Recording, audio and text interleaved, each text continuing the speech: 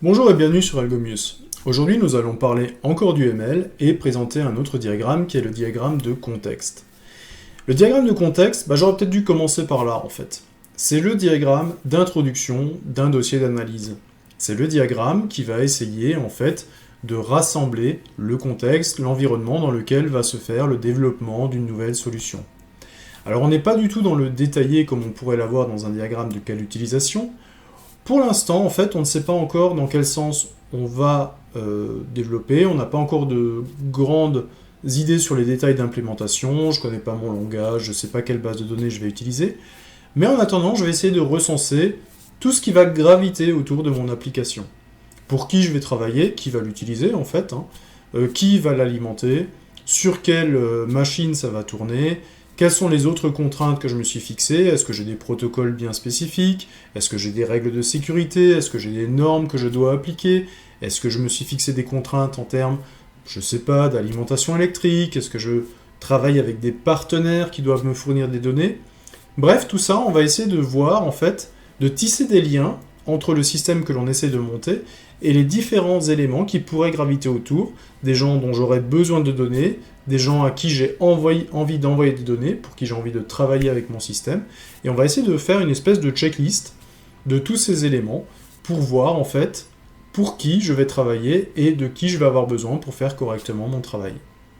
Donc encore une fois, c'est vraiment quelque chose de très simple, quelque chose que l'on va faire au début, sans se poser trop de questions, et on va juste essayer de voir avec qui je vais interagir.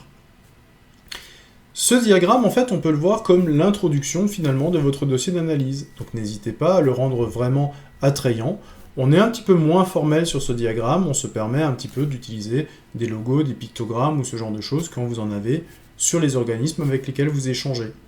L'idée, en fait, c'est tout simplement de présenter une vue synthétique et donner envie à la personne qui lit votre rapport d'analyse ou à la personne à laquelle vous devez présenter les progrès de votre projet. Même s'il n'est pas informaticien, ça va lui donner envie d'aller plus loin et de comprendre assez rapidement ce que vous faites et de vous questionner justement sur des choses qu'il n'aurait éventuellement pas compris.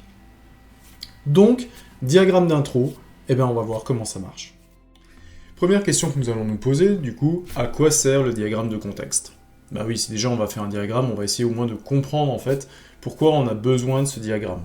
Et le diagramme de contexte, c'est peut-être le premier diagramme que vous allez utiliser et qui va ouvrir en fait le rapport d'analyse que vous allez faire sur le projet que vous réalisez.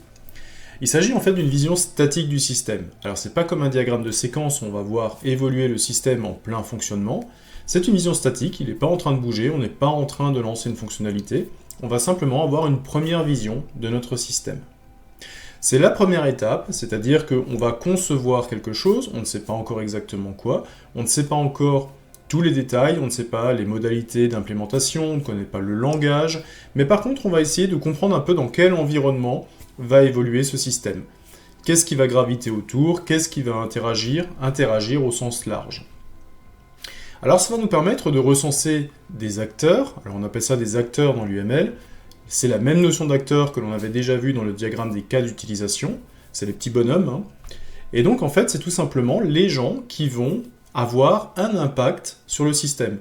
Alors soit ils vont pouvoir lancer quelque chose, soit ils seront informés par le système de quelque chose, mais en tout cas ils seront en lien avec le système. Le diagramme de contexte va justement pouvoir modéliser plusieurs types d'acteurs. Les acteurs physiques, donc c'est vraiment les gens, les personnes. Si vous êtes une entreprise, vous allez avoir des clients, vous allez avoir des fournisseurs, tout ça ce sont des acteurs physiques. Et puis le diagramme de contexte va aussi vous montrer avec quelle machine vous interagissez. Est-ce que je dépends de capteurs? Est-ce que je mets mon application sur un serveur? Est-ce que j'ai besoin d'un serveur de base de données? Donc tout ça, il va y avoir aussi un aspect matériel. Une solution informatique, ça peut être une solution logicielle, effectivement, mais le logiciel tourne toujours sur un matériel, donc c'est quelque chose qu'il faut prendre en compte aussi dès le départ. Autre chose, on peut aussi avoir des liens avec d'autres systèmes d'information ou d'autres composants logiciels. Imaginons que pour fonctionner, je récupère en fait un fichier qui proviendrait en fait d'un autre site, d'un site de référence. Tous les jours, je récupère un fichier, soit au format XML ou JSON, que j'intègre dans mon application. Ou alors, je reçois des messages via le réseau, via une API, on m'envoie en fait des signaux, on m'envoie en fait de l'information. Et bien tout ça, c'est quelque chose qu'il va falloir recenser également. De quelle information j'ai besoin et de qui est capable en fait de me l'envoyer. Et donc ça va essayer de dégrossir déjà un petit peu dans quel environnement en fait je vais me situer. Alors par contre, on ne va pas du tout rentrer dans les détails. C'est pas à ce moment-là que l'on va dire qu'on va créer une application, on va l'écrire en C++, et puis on va le faire en orienté objet. Non, pas du tout. On va juste garder l'idée générale de ce que l'on veut développer, et on va essayer de mettre les notions qui gravitent autour. Ce diagramme est très important puisqu'il va vous permettre aussi vraiment de marquer la cible de votre projet. Et ça va vous éviter justement, quand vous créez un projet un petit peu complexe, de vous éparpiller et de partir en fait sur des tâches qui ne sont pas là pour arriver à la cible de votre projet. Ce diagramme, en fait, à la différence des autres diagrammes UML, est un petit peu moins formel. C'est-à-dire que celui-là va vous permettre d'être un petit peu plus graphique, puisque c'est un diagramme d'introduction. C'est peut-être en fait le premier diagramme par lequel votre interlocuteur, celui qui va lire votre dossier d'analyse, va essayer de comprendre en fait sur quoi vous travaillez. Et donc ça peut être intéressant de ne pas rentrer dans un formalisme trop compliqué, mais de montrer un peu vraiment sous forme graphique, vraiment avec des logos, et pas vraiment un truc très formel, là où on veut en venir. Et donc ça peut être intéressant de le rendre un petit peu plus joyeux, un petit peu ce diagramme, puisque c'est un petit peu l'introduction de votre projet. Et dans un projet ou comme dans un dossier d'analyse, en fait, comme dans une rédaction, il vaut mieux en fait soigner l'introduction. C'est la première approche que va avoir le lecteur de votre dossier, et donc c'est quelque chose qu'il ne faut pas rater. Alors, quels sont les éléments que l'on va retrouver sur ce diagramme ? Eh bien, encore une fois, on va retrouver des notions que l'on avait déjà vues dans le diagramme de cas d'utilisation. On pourrait même voir un petit peu le diagramme de contexte comme étant un diagramme de cas d'utilisation simplifié, où on ne détaille pas le système, mais on s'intéresse simplement aux acteurs qui gravitent autour. Alors, les différents éléments que l'on va devoir représenter sur ce diagramme, c'est déjà le système à réaliser, c'est-à-dire sur quel projet je vais travailler, sur quel est le but final. Normalement, quand j'ai fini de travailler, je devrais avoir quelque chose qui réponde à un besoin. Eh bien, quel est le système qui va répondre à quel besoin ? Il va représenter les acteurs qui sont externes au système. Alors, externes au système, c'est tous les acteurs qui vont avoir un impact sur le système, mais qui n'en font pas partie. Par exemple, si le système est une entreprise, eh bien, vous avez plein d'acteurs qui gravitent autour. Vous avez des clients, vous avez des fournisseurs, par exemple. Ils sont considérés comme acteurs externes, puisqu'en fait, ils ne font pas partie de l'entreprise. Ce ne sont pas des salariés de l'entreprise. Et pourtant, les fournisseurs ont une tâche essentielle qui est de livrer le matériel à l'entreprise, et les clients ont une autre tâche essentielle, qui sont effectivement de faire tourner l'entreprise en consommant ses produits. Ensuite, on va simplement lier ces acteurs à notre système, et on va essayer de catégoriser l'association que l'on peut retrouver entre ces acteurs et le système. L'association peut être dirigée, et là on va retomber sur une notion que l'on avait déjà vue dans le diagramme des cas d'utilisation, pour déterminer quels sont les acteurs primaires et quels sont les acteurs secondaires du système. Alors je le rappelle, les acteurs primaires sont ceux qui déclenchent quelque chose au niveau du système, alors que les acteurs secondaires sont des acteurs qui subissent. Par exemple, si jamais on en avait évoqué sur le cas du diagramme des cas d'utilisation, si jamais je fais un site de vente, mon projet est un site de vente, eh bien le client va déclencher une commande, va déclencher un achat. Donc lui, il est acteur primaire, puisque c'est lui qui déclenche quelque chose, mais ce déclenchement d'achat va avoir des répercussions sur d'autres personnes, comme par exemple la personne qui va préparer la commande, la personne qui va s'occuper de la facturation, ou la personne qui va s'occuper de l'envoi. Ces gens-là, en fait, ne déclenchent pas eux-mêmes une action, mais par contre, quand une action est déclenchée, ils en subissent les conséquences. Ça leur fait du boulot. Alors, on va essayer d'aller pas à pas dans les différents éléments. Premier élément, l'élément central de notre diagramme de contexte, c'est le système. C'est-à-dire, qu'est-ce que j'essaye de développer. Alors, graphiquement, le système, c'est simplement un rectangle qui contient sa dénomination. Sa dénomination qui va se résumer en une phrase, en quelques mots. Et c'est un exercice qui n'est pas forcément facile à faire, puisque quand on part sur un nouveau projet, on a tendance en fait à lisser directement toutes les fonctionnalités de ce projet, et j'aimerais offrir ça à mon client, et j'aimerais qu'il puisse faire ça, et ainsi de suite. Pouvoir résumer en fait un système qui fait énormément de choses en quelques mots, eh bien c'est un exercice qui n'est pas toujours facile, mais c'est un exercice qui est essentiel, puisque ces quelques mots vont représenter le but que vous allez chercher à atteindre au moment, en fait, où vous allez avoir toute la phase de développement et d'implémentation. Donc là, tout simplement, un petit rectangle qui va définir ce que j'essaie de mettre en place. Dans l'exemple, en fait, ici, je vais simplement vouloir faire une application de suivi de bourse. C'est-à-dire que j'ai une application qui va récupérer les cours, qui va faire un petit peu d'analyse technique, qui va tracer quelques courbes, et vous allez avoir quelqu'un qui va pouvoir l'utiliser, par exemple, pour prendre des bonnes décisions d'achat et de vente en bourse. Voilà. Donc je dis juste pour l'instant que c'est une application de suivi en bourse. J'ai encore aucune idée à ce moment-là de comment je vais la construire, avec quel langage je vais utiliser, quel type de base de données je vais utiliser pour stocker les données. Pour l'instant, j'en sais rien. C'est juste vraiment une première phase. Je veux faire une application de suivi de bourse. Ok. Et maintenant, je vais essayer de voir, pour pouvoir réaliser cette application, eh bien, de quoi je vais avoir besoin. Et je vais essayer de définir l'environnement, ou le contexte, d'où le nom diagramme de contexte de notre diagramme, c'est-à-dire en fait toutes les notions qui gravitent autour, tous les acteurs qui vont avoir en fait une influence sur mon suivi de bourse. Ok, donc cette première approche, elle va me permettre de savoir si mon projet est viable. Est-ce que finalement toutes les informations dont je vais avoir besoin pour faire mon application de suivi de bourse, est-ce qu'elles sont disponibles? Ou est-ce qu'à un moment donné, je vais me rencontrer face à une impasse? C'est-à-dire que voilà, il me faut une information, mais j'ai absolument pas la possibilité de l'obtenir, ou alors ce sera peut-être payant et j'ai pas envie de payer ou quelque chose comme ça.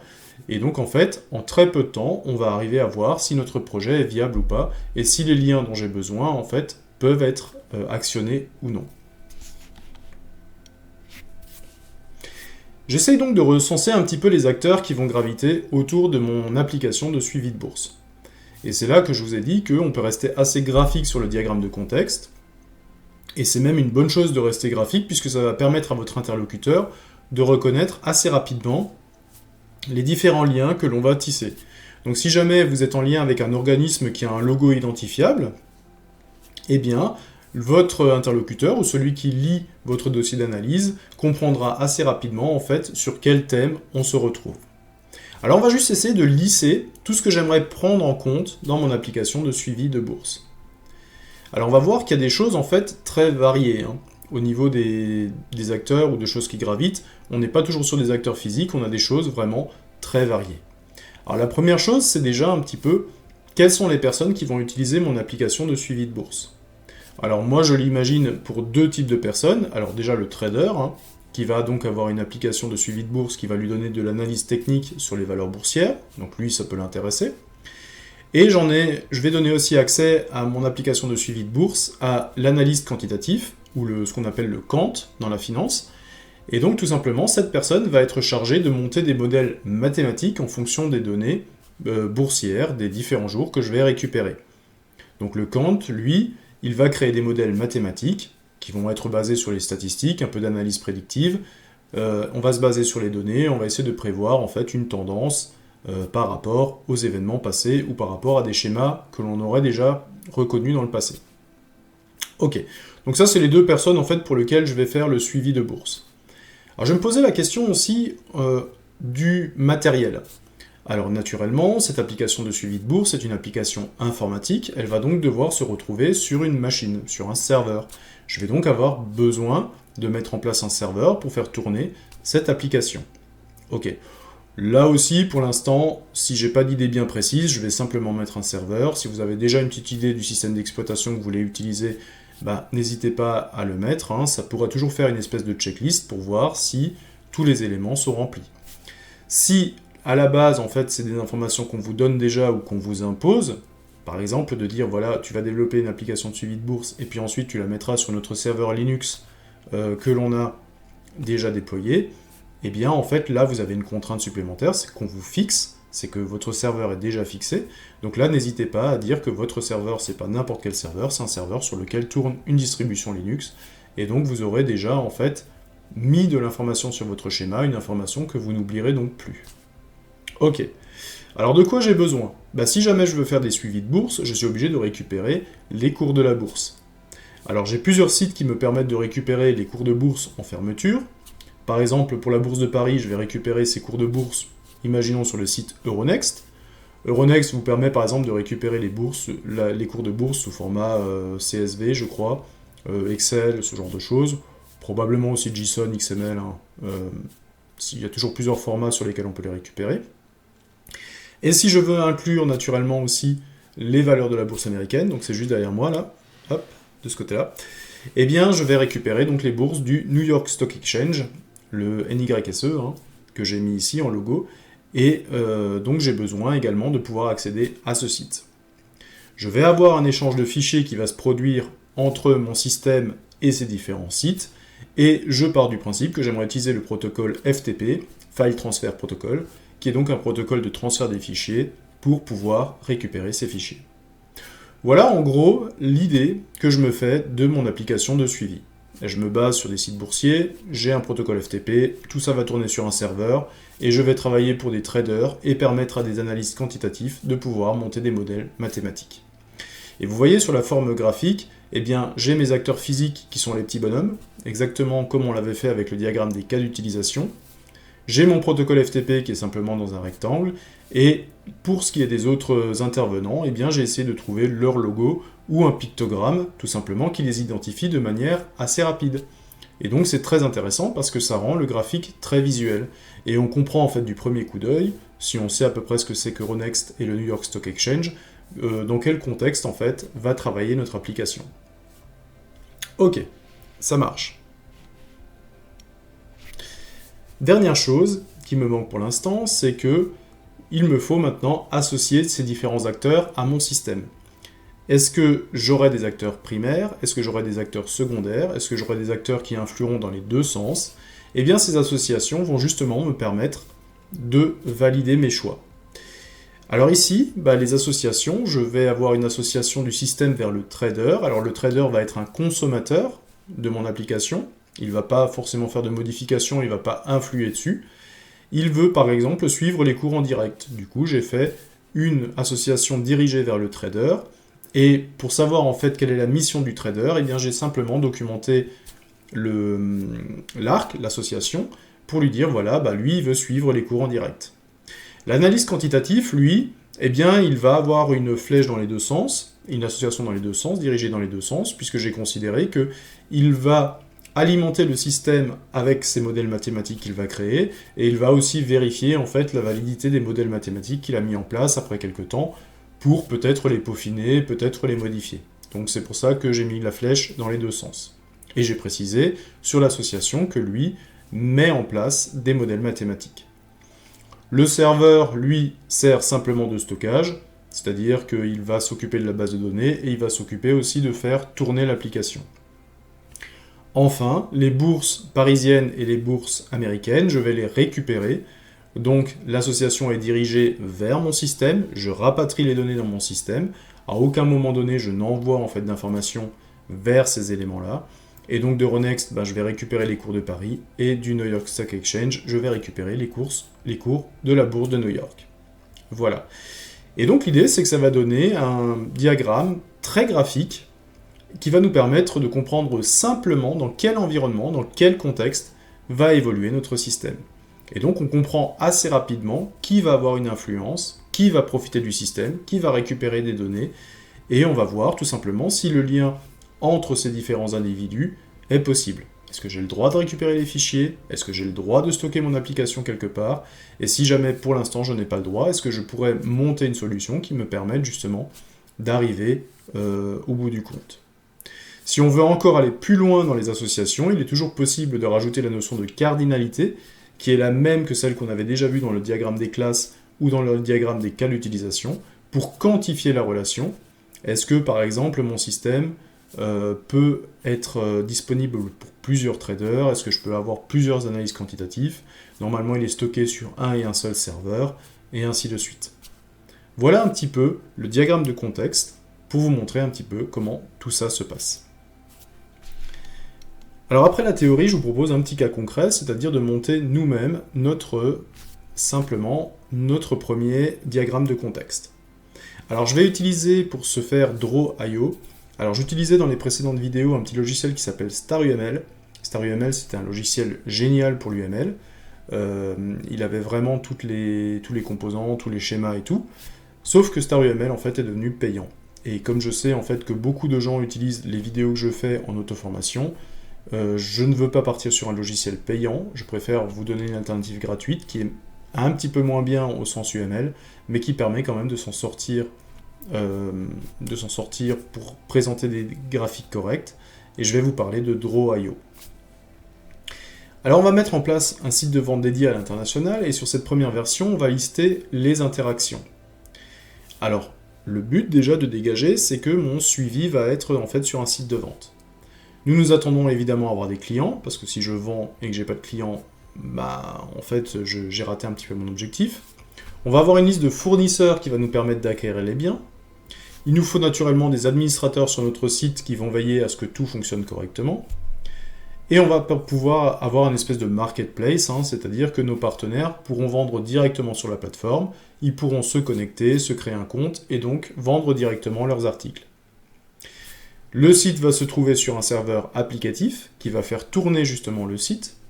Les données seront gérées sur un serveur de données à part, pour que je puisse sécuriser les données, faire les sauvegardes sans que cela rentre en conflit avec l'application.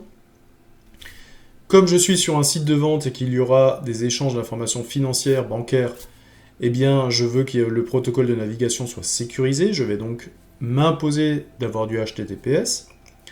Il faut récupérer les valeurs de conversion de devises auprès de la Banque de France, évidemment, puisque je suis sur un site de vente à l'international, ça veut dire que je vais vendre dans plusieurs pays, et ça veut dire que je vais vendre aussi sur plusieurs devises.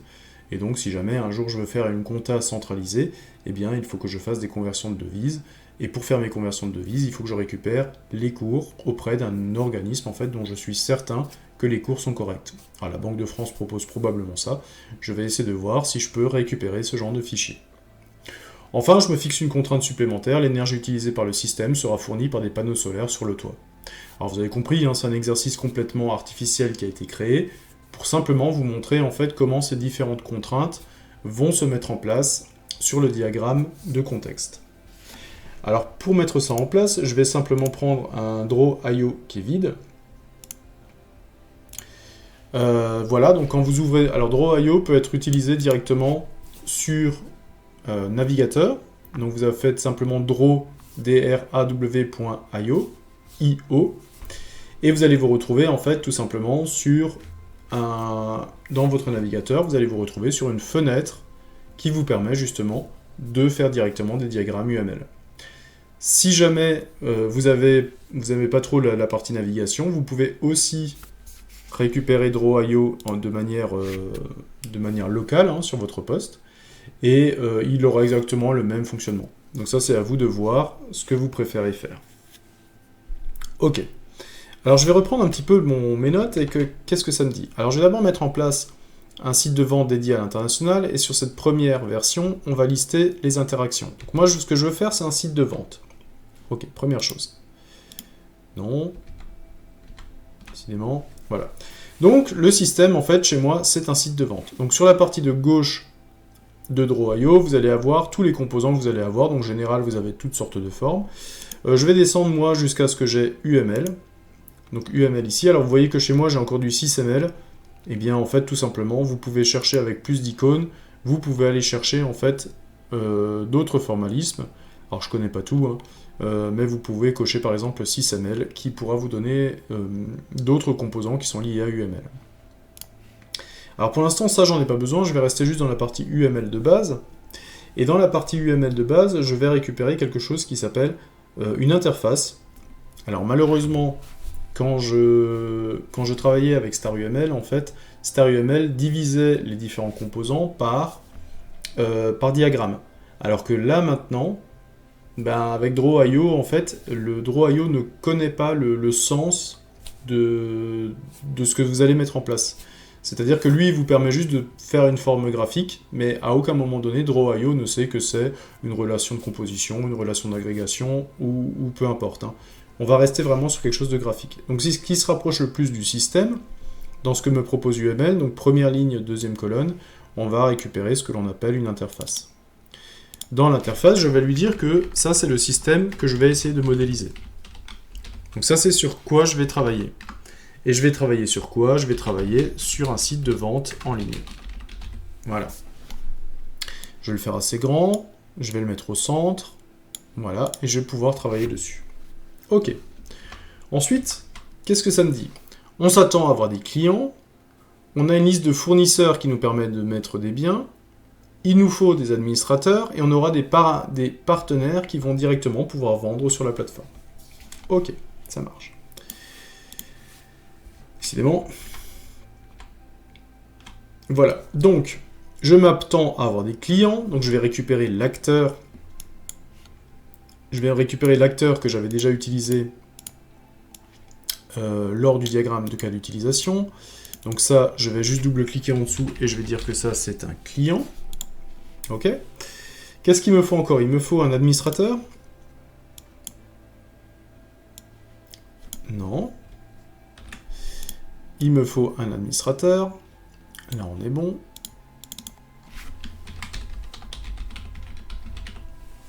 Ok, donc ça, ce sont des gens physiques. J'ai aussi des partenaires.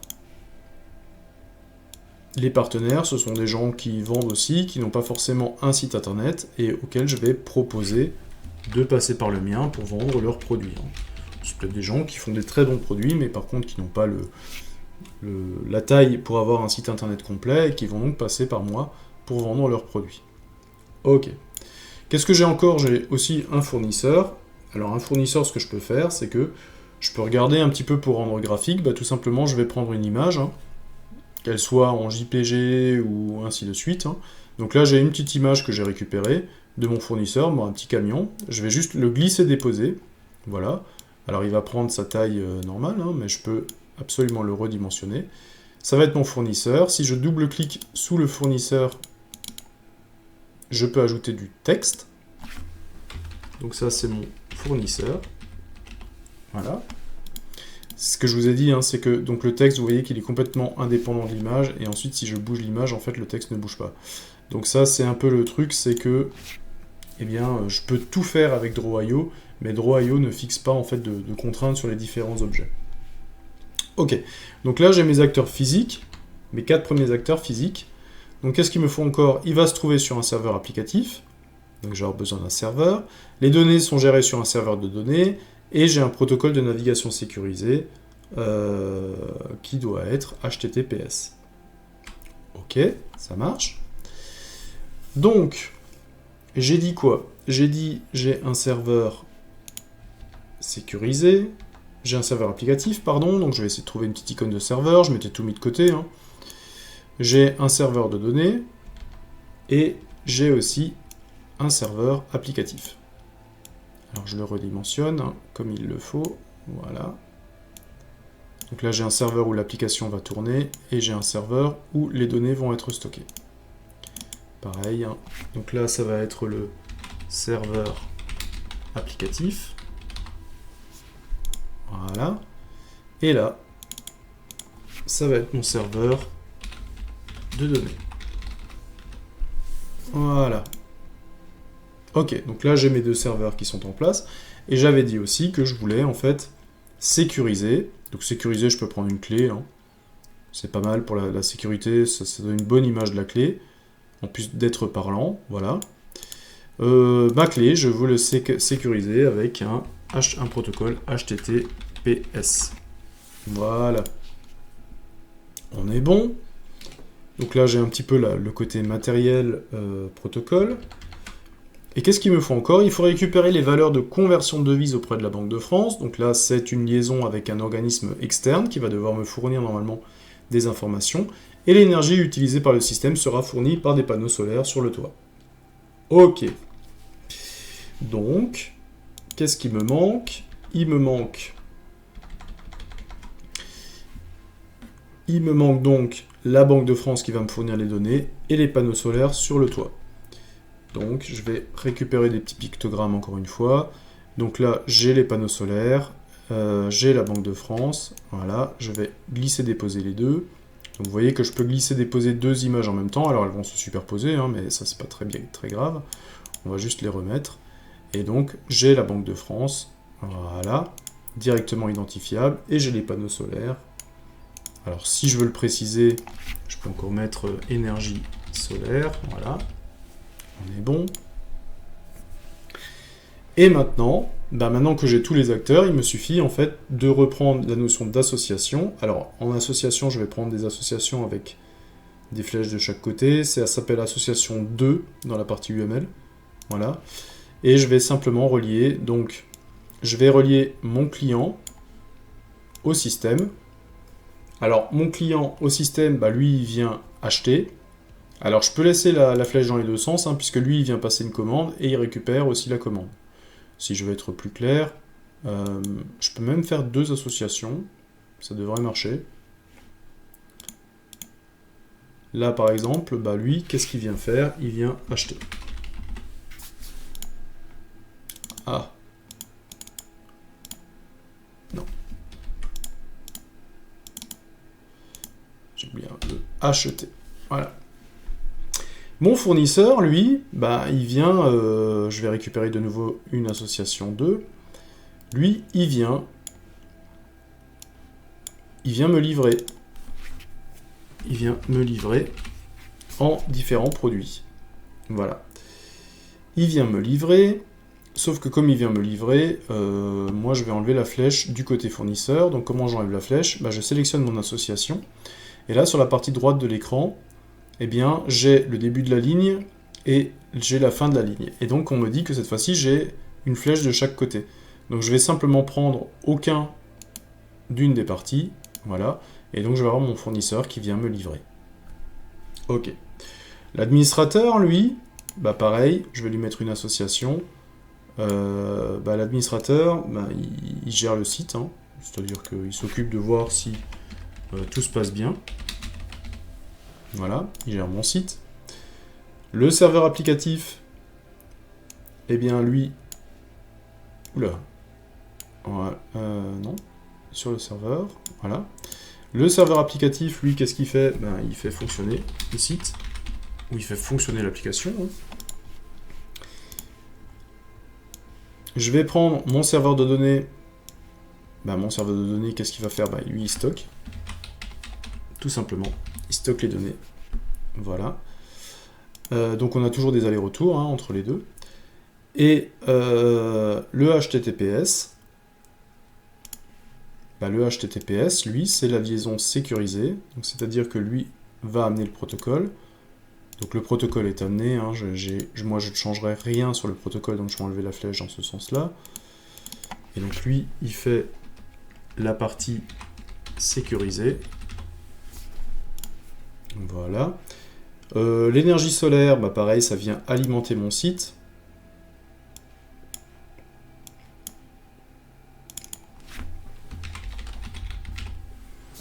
Ça marche. Là, pareil, je vais enlever une flèche d'un côté.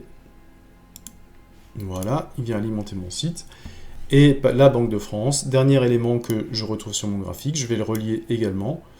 La Banque de France, eh bien, elle me permet en fait de récupérer les conversions de devises. Donc récupérer les conversions. Voilà, récupérer les conversions. Donc moi je le récupère, donc je vais enlever la flèche qui est côté. Voilà. Et voilà, j'ai terminé mon graphique, en tout cas par rapport à l'énoncé qui m'était donné. J'ai donc maintenant en fait une meilleure vision de mon système, donc de mon site de vente. Encore une fois, la vente en ligne pour l'instant est considérée comme une boîte noire. C'est-à-dire que je ne sais absolument pas quels sont les modules contenus dans le vente en ligne, je ne sais absolument pas dans quel langage de programmation je vais l'écrire, je ne sais absolument pas ce genre de choses. La seule chose que je sais maintenant, c'est de quels éléments je vais avoir besoin. Oh, j'ai pas relié mon partenaire.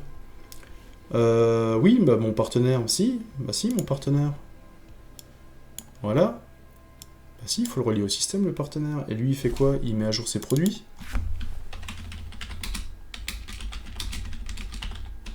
Il vient mettre à jour ses produits, mon partenaire. Voilà.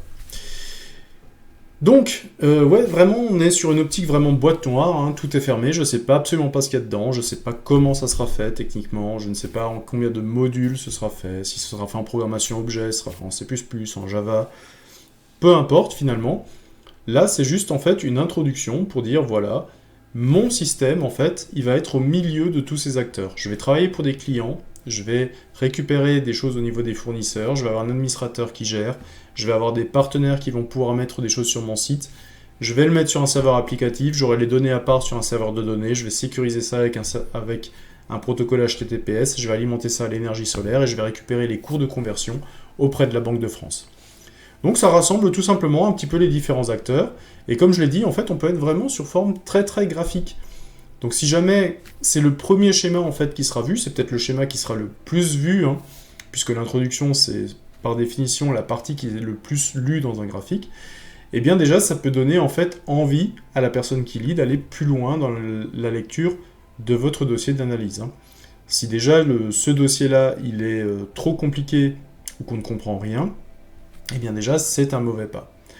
Faut pas oublier aussi que, ce qu'on a tendance à oublier un petit peu quand on est développeur, quand on est informaticien, ou je pense que c'est quelque chose de n'importe quel métier, c'est qu'à force de travailler dans un sujet 8 heures par jour toute la semaine, eh bien on devient spécialiste de ce sujet. Et il faut pas oublier aussi que les gens à qui on va présenter ce genre de travail, c'est pas des gens qui travaillent aussi longtemps sur le sujet. Et donc qui ne connaissent peut-être même pas le début ou l'introduction de votre sujet. Donc l'idée de ce diagramme, c'est vraiment d'être très synthétique et de faire entrer la personne qui ne connaîtrait rien au sujet assez facilement finalement dans le sujet. Peut-être un petit peu par ses interactions. Voilà, on va travailler avec telle personne, on va travailler avec tel organisme, on va travailler sur telle solution et on va essayer de mettre quelque chose en place. Si vous commencez en fait directement par la partie technique, vous allez peut-être noyer votre interlocuteur. Surtout lui. Si vous êtes informaticien, par exemple développeur, et que vous travaillez avec des clients qui ne le sont pas, vous risquez de les noyer dans des contraintes techniques. Et ce n'est pas l'objectif non plus. Il faut d'abord qu'ils aient une idée un petit peu de sur quoi vous allez travailler. Je le vois aussi en tant que formateur, j'ai parfois en fait des dossiers d'analyse en fait à évaluer, et je me rends compte aussi que chaque groupe a travaillé sur des sujets différents, et je me retrouve peut-être parfois avec 6, 7, 8 sujets différents dans une promo. Si jamais, comme on passe toujours d'un sujet à l'autre, en fait, c'est toujours intéressant d'avoir une intro qui vous remette un petit peu dans le contexte. Et c'est justement pour ça qu'arrive le diagramme de contexte. Voilà, l'appli, en 2-3 mots, elle fait de nouveau ça, ça et ça, pour les personnes un tel et un tel. Voilà, on n'a pas besoin de plus. Et un diagramme de contexte, en fait, c'est génial pour ça. Un coup d'œil, on a replacé, en fait, l'application dans son contexte, et on peut repartir, en fait, en se disant, bah oui, ok, eux, ils travaillent sur ça, c'est vrai. Allez, on repart, je suis de nouveau dedans, je suis de nouveau dans leur sujet, et je comprends de nouveau de quoi ils me parlent. Voilà. Donc, c'est un diagramme qui est vraiment très intéressant, je pense, en introduction, pour essayer de faire comprendre à votre interlocuteur de quoi on parle. Le diagramme de contexte fait donc en fait une bonne introduction à l'analyse d'un nouveau besoin, ou même en fait à l'analyse d'un système déjà existant. C'est un diagramme qui peut paraître simple, même peut-être simpliste, hein, qui échappe un petit peu à la norme, et pourtant c'est un diagramme auquel il va falloir prendre soin. Puisque ça va être l'introduction de votre dossier, ça va être déterminant pour savoir si la personne qui lit votre rapport d'analyse a envie d'aller plus loin ou pas. C'est vraiment quelque chose de très important, hein. On dit souvent qu'on n'a pas 2 fois la chance de faire une bonne première impression, et c'est exactement ce qu'il faut garder en tête avec le diagramme de contexte. Le diagramme de contexte, c'est votre intro, c'est votre carte de visite, c'est la façon en fait dont votre dossier d'analyse en fait va être présenté. C'est intéressant aussi parce que un utilisateur qui n'aurait pas suivi votre projet, qui n'aurait absolument pas compris de quoi vous allez parler, doit normalement, grâce à ce diagramme, comprendre en quelques minutes d'observation avec qui vous allez travailler et qui va donc replacer le système dans son contexte. Ah, vous allez travailler pour des clients qui achètent des produits, ok, donc vous allez vendre quelque chose. Super, ça j'ai compris. Vous allez travailler avec des traders, vous allez travailler avec de la finance, ok, donc vous allez gérer quelque chose avec des cours en bourse et machin. Je ne sais pas encore exactement quoi, mais au moins j'ai une idée générale en fait du contexte sur lequel ça va se trouver. Et c'est ça qui est intéressant en fait. Cette première approche va directement placer le lecteur de votre schéma directement dans le contexte et va l'orienter en fait vers le but que vous essayez de réaliser. C'est pour ça que c'est intéressant de rester très synthétique et de rester vraiment dans un système qui a un but bien précis. On a tendance en fait à vouloir tout de suite mettre toutes les fonctionnalités d'un coup. Là, on va vous demander un autre effort sur ce diagramme, c'est de rester synthétique et le plus court possible. Le but, c'est vraiment qu'en quelques minutes, on ait compris ce que vous essayez de faire, pour qui vous le faites, et ce dont vous allez avoir besoin pour le faire. Voilà, en quelques minutes, 2-3 images, 2 associations. Et donc, justement, c'est un exercice qui est plutôt compliqué, parce que c'est simple, mais il faut être précis, il faut être concis, et il faut qu'il y ait quand même tout. Donc on a toujours un petit peu de mal. Alors moi le premier, quand je développe une application qui a énormément de fonctionnalités, j'ai envie de parler de tout. Et bien là justement sur ce diagramme, il faudra se restreindre à l'essentiel. C'est comme un petit pitch, en 2-3 minutes, on doit avoir compris en fait à qui on a affaire. Si l'utilisateur est intéressé, si on l'a accroché, si le lecteur est intéressé, on a gagné notre pari, et s'il veut en savoir plus sur notre application, eh bien il y aura des diagrammes beaucoup plus détaillés par la suite dans le rapport d'analyse, comme par exemple le diagramme des cas d'utilisation, le diagramme de classe, le diagramme de séquence, et ainsi de suite.